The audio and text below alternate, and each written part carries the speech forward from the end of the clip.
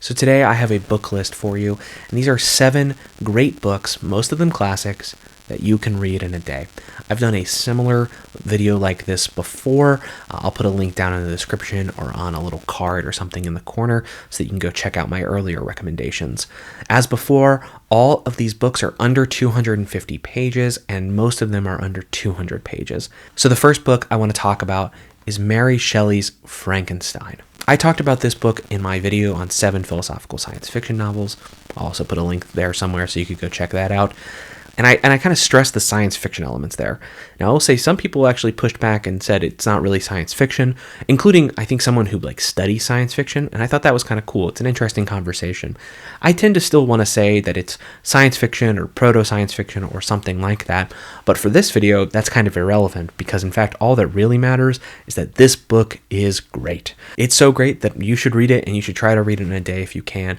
While it is short, it is dense. I mean, it explores so many different themes. One of those, of course, is the fact that our ambition can sometimes outstrip our good sense or our abilities.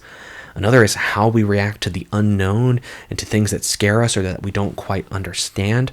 Obviously, the fact that it has a monster who is more human than the man who creates him is a powerful reflection on our own inhumanity and the human capacity for cruelty.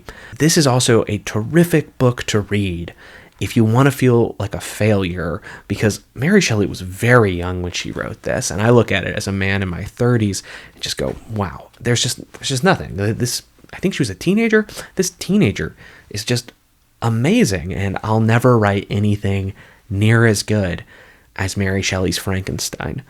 And if I can't write as well as her, at least I can encourage other people to go and read Frankenstein. My second recommendation is Waiting for Godot by Samuel Beckett. Beckett is an experimental playwright. He's interested in absurdism. He can often be read as an existentialist.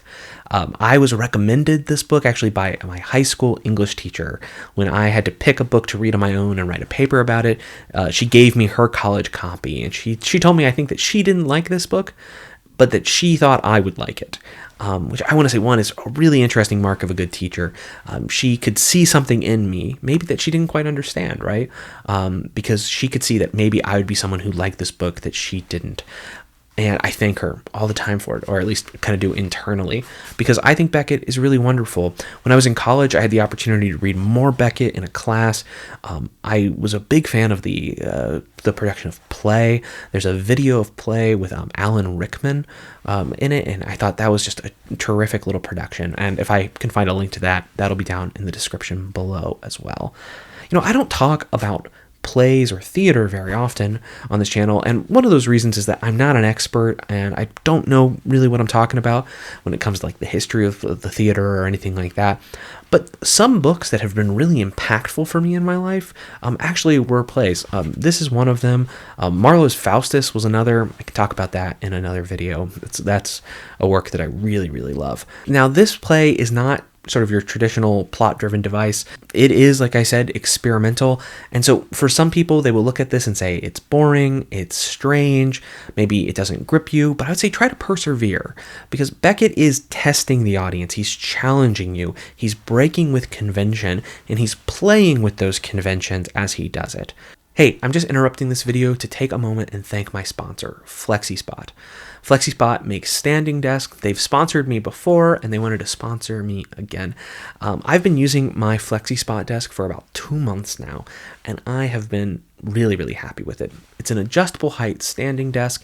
I basically have 2 settings that I use all the time, my sitting and my standing setting, and I just love the ability to quickly and easily shift between the two.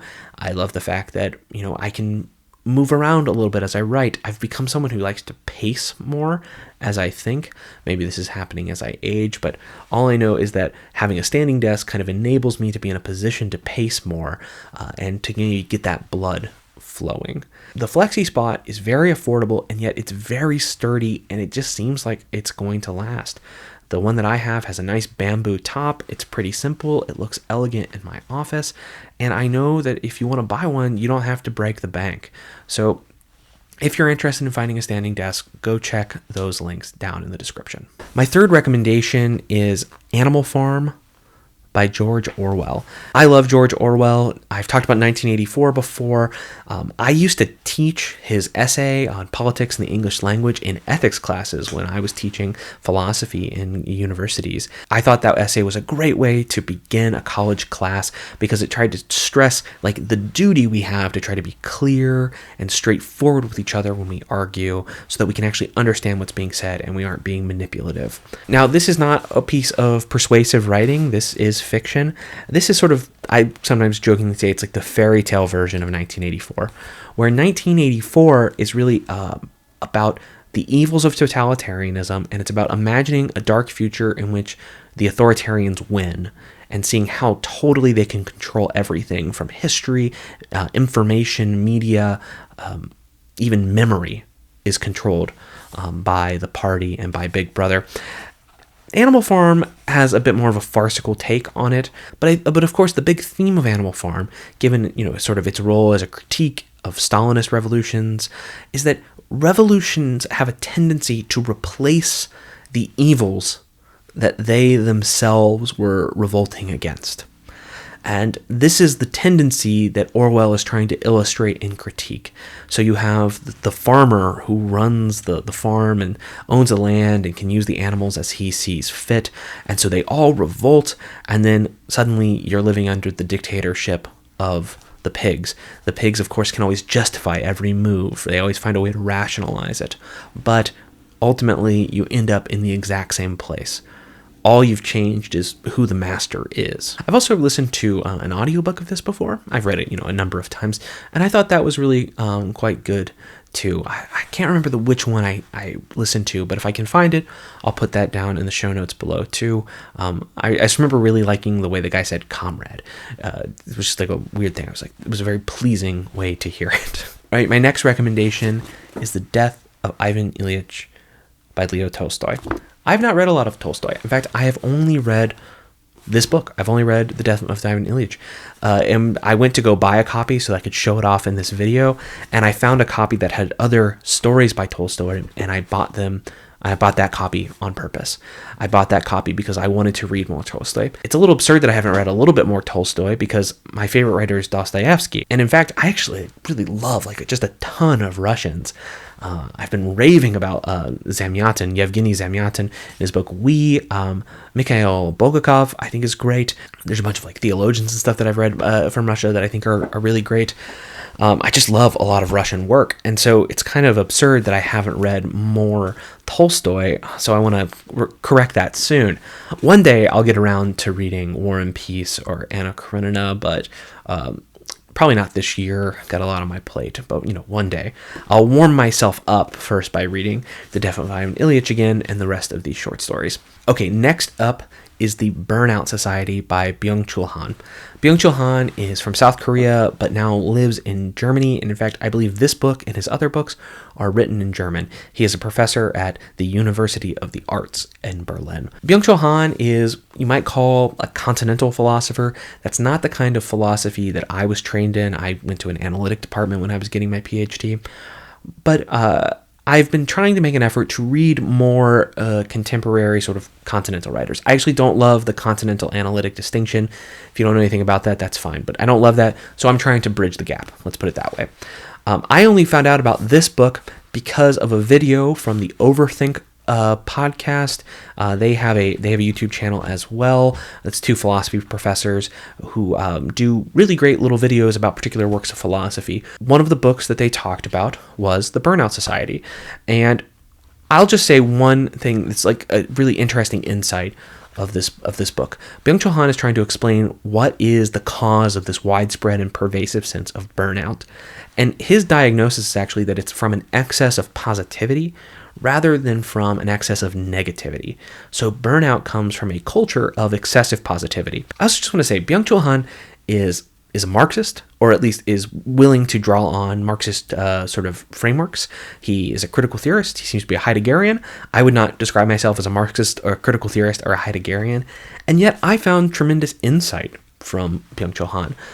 I want to use this as an example to kind of extol to you the virtue of reading books from perspectives that you don't agree with. Because oftentimes when we read books that we disagree with, or at least written from a perspective that we don't share, we can still learn. We can grow, and it can change the way we think. You don't have to be fully persuaded of like the whole worldview or of every point, but you can still see like sort of the workings of this framework, and also sometimes you will come to agree with particular points. For a complete change of pace, I am going to recommend The Revelations of Divine Love by Julian of Norwich. This book is the oldest surviving book we know of by a woman in the English language. That already is like an interesting piece of history that you might think, for that reason alone, I'll give it a read. But it's also really fascinating to me that the oldest surviving work by a woman in the English language is a work by an anchoress. So this is someone who would isolate themselves for religious and spiritual purposes. And it's essentially a mystical work. It is a reflection on God, on God's love, but it is also a reflection on pain and suffering primarily. So much of this has to actually do with the pain and the illness that Julian of Norwich experienced. And for that reason, it's dark. This is not a light read. This is gut-wrenching. And I think that even if you're not of a religious persuasion, you could read this book and you would see something there. You can relate to Julian's ability to explain pain and to try to find hope in it, to try to find beauty even in a painful situation. And finally, I want to recommend a book by a contemporary author called Savage Gods. This is by Paul Kingsnorth. Paul Kingsnorth is a former environmental activist. It's not that he's given up on the environment, it's that he's mostly given up on activism, now lives on a small farm and is a writer. But what I love about Kingsnorth is actually his kind of ferocity. I also read his book Beast, which is part of this trilogy of books that he's written. It's only the one of the trilogy I've read, though. And he always can capture this kind of ferocious spirit. And even in a book that is actually about his own struggles to write a book, he is able to capture that ferocity. And to see the struggles of an artist and to really see the inner workings of someone who can produce real beauty on a page, and to see how sometimes it's a real fight, it's truly a beautiful thing.